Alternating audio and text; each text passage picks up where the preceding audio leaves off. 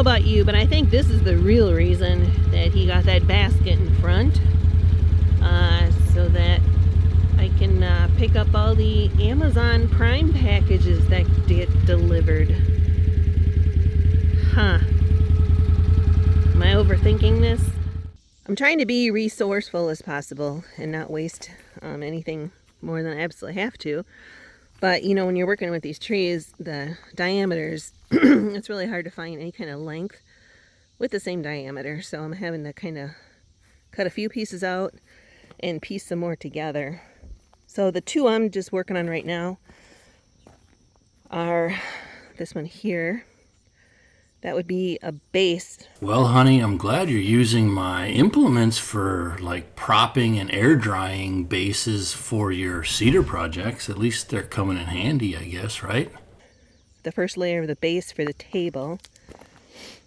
And then once I get that layer, then I'll look for a taper it up and get a little skinnier one. I may have to look at some other logs I have because these guys are getting a little too big already. Now I am going to take a couple to the sawmill and cut some seats, some bench seats. So let's get going here. It's only getting hotter and more humid by the second.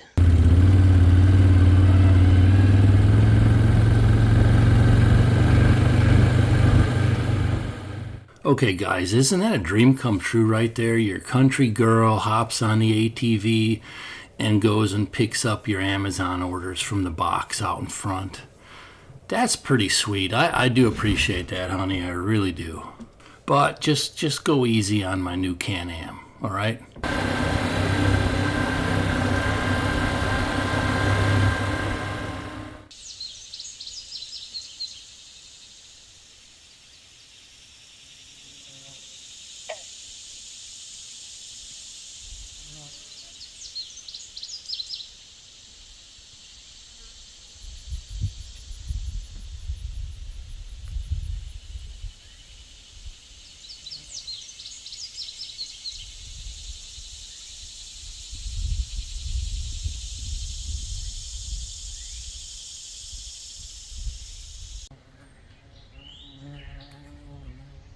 Yeah, pretty dry here in the creek bed.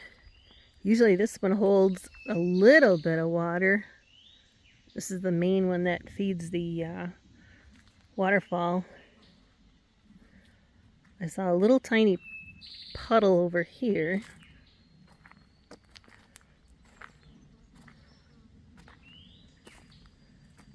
Yeah, right there. That's it. Bone dry otherwise. So I ended up cutting 5 sections for the base for the table. And those will get stacked on each other. I need a total height, 28 to 32 inches.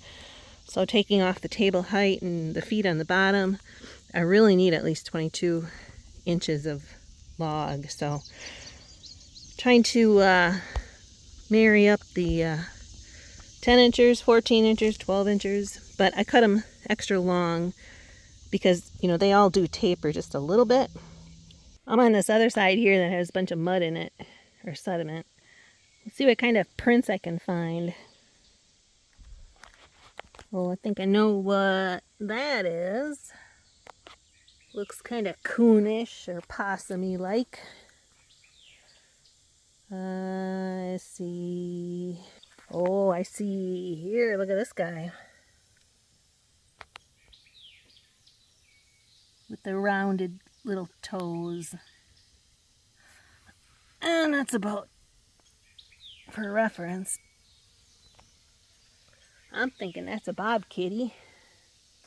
I know what this one is. Big old turkey. See if I can find a Sasquatch print. Alright, these flies are going to drive me nuts. So I think I'm done print hunting. Alright, one more. The elusive white-tailed buck. Or just a whitetail. So I'll be able to pick through these. I know it looks like a big mess, but I'll pick through them and figure out what's going to work for stacking. First thing I'm going to do is cut off a lot of these branches and peel the rest of the bark. I mean, it's already loose, and I actually did it last winter, maybe the winter before, and that was the side that I couldn't get to. So that should come off pretty easy. But hey, look, Joe. You got your tin roof back, or your big sheets of tin, whatever you're going to do with them. I know you didn't think you were ever going to see them again, and you know, honestly, I didn't think you were either, but looks like you might.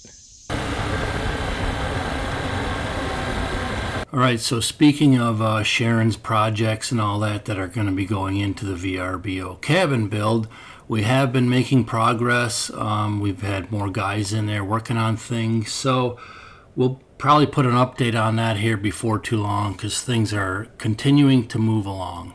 But this is a good time to look for arrowheads or anything interesting in the dried up creek bed. Oh, I thought at first these things were shells, but they're not.